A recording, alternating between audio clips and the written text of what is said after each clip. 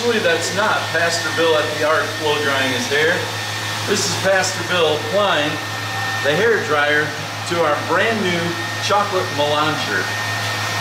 That word describes a device that's intended to stone grind the cocoa beans, cocoa nibs. And Anna, just tell us, what have we done so far? Come on over here. How did we get to this point? Yes. Well, I'll turn this off for the sake of the camera. yeah, thank you. Okay. So first, we fermented our beans in the cocoa pods. Then we dried our beans. Then we roasted our beans. Then we ground our beans. No. Oh, we shelled. We weighed our beans. We shelled our beans. Okay. So after we roasted them, we shelled them, and then we got rid of any of the little pieces left, blew off any of the chaff, and then we roasted it one more time, making sure the beans are nice and dry. We primed the pump, if you will, with a little cocoa butter to get the machine going. And as of right now, we have 350 grams of cocoa nibs in there. Sam, get a nice overhead view. It's hard to believe that that was a solid cocoa bean just a short while ago, and about 10-15 minutes into the process, here we are with liquid forming as the beans are being crushed by those powerful granite stones. The instructions now say to add about 100 grams at a time, so you'll get to see what this looks like as we put more beans in. And notice it's disrupting our stones.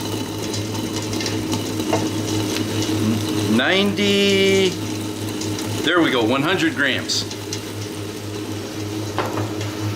Now notice what's happening. The good news is it's slowing down slightly, but not too much. We're gonna let this get smooth. After 3 or 4 minutes, we'll add another 100 grams. Our recipe we're starting out with is a very basic dark chocolate recipe. It calls for 700 grams of the cocoa nibs and 300 grams of cane sugar. We have to be very careful not to introduce any water, any moisture to the process, because that will create a reaction and make the chocolate want to get hard, and we don't want to do that yet at this point. Dark chocolate, what do you have to say about it, Anna? I really love dark chocolate. Why are we doing this? Are we just here wasting everybody's time and money by making chocolate in Liberia, having a good vacation while nothing is being accomplished? Absolutely not. We are in West Africa, the cocoa capital of the world. Ghana, Ivory Coast, #2 and #1 in the world in cocoa bean production. Liberia is very capable of growing cocoa beans, so the idea of adding value to cocoa beans is something that neither Ivory Coast nor Ghana is known for. Maybe Liberia could lead the way. Our little stovetop experiments to this point have turned out a product that we consider to be already some of the tastiest chocolate we've ever had, just because of the freshness and the quality of the beans. And now by adding this machine, we're able to refine it to be actual smooth chocolate, and we really just can't wait. Not just for our own sake, but to see what can happen here in Liberia with cocoa production. Signing off for now, I'm Pastor Bill Sebald from the Ark.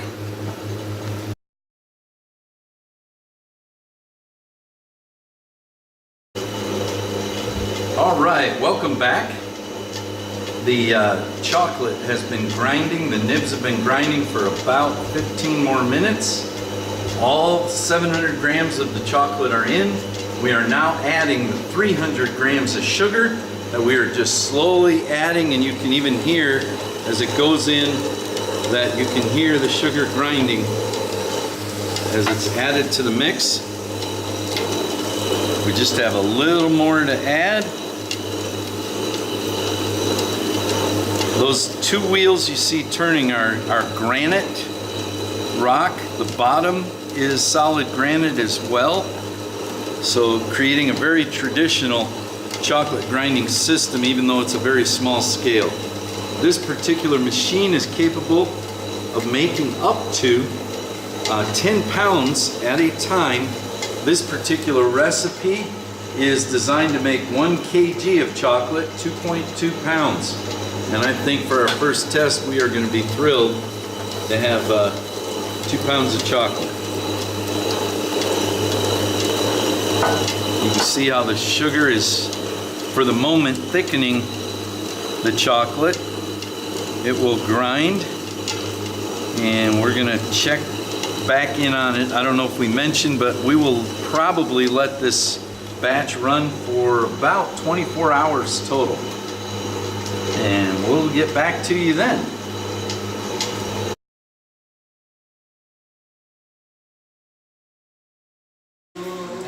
Welcome back to Chocolate Land at the ARC, the Agricultural Research Center. We are now at the point, this has been in the melanger for a full day, and we are going to temper the chocolate. That means we've taken about 2/3 of the chocolate, we've cleaned our counter good, we're spreading it out and bringing it together to cool it down and create beta crystals in our cocoa butter that, if we do this correctly, it will result in the ability of the chocolate to get hard and to crack just like a good candy bar should.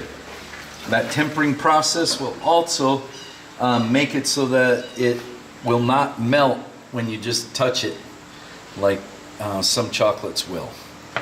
So after we do this for a few minutes, we're going to mix it back in with the batch that was at about 120 degrees.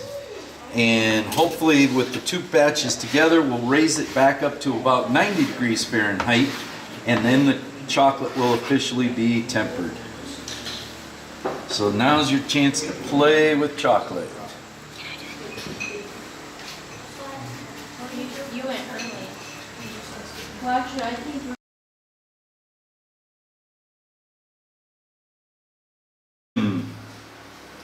So here we are, the final phase. We now have taken that chocolate after we tempered it. We put it back together, mixed it together with the chocolate that was still over 100 degrees. The two together, the goal was to get it to 90 degrees, take the 80-degree chocolate, raise it to 90, and that will allow the bar to get firm when it dries. These, we for a short time put them in the freezer just to help speed up that process. But here you see we have some chocolate bar forms, and I'll just take one out so you can see what it would look like. There you have it, a chocolate bar. Dark chocolate. This one, we have some ground peanut that we put in the mold first. And let's just see here. So this is 60% dark chocolate. Break a little piece, and let's see.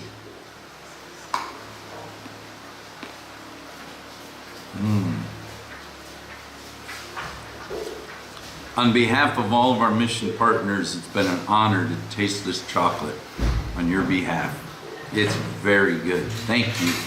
Thank you for your support. Thank you for your prayers. God bless you.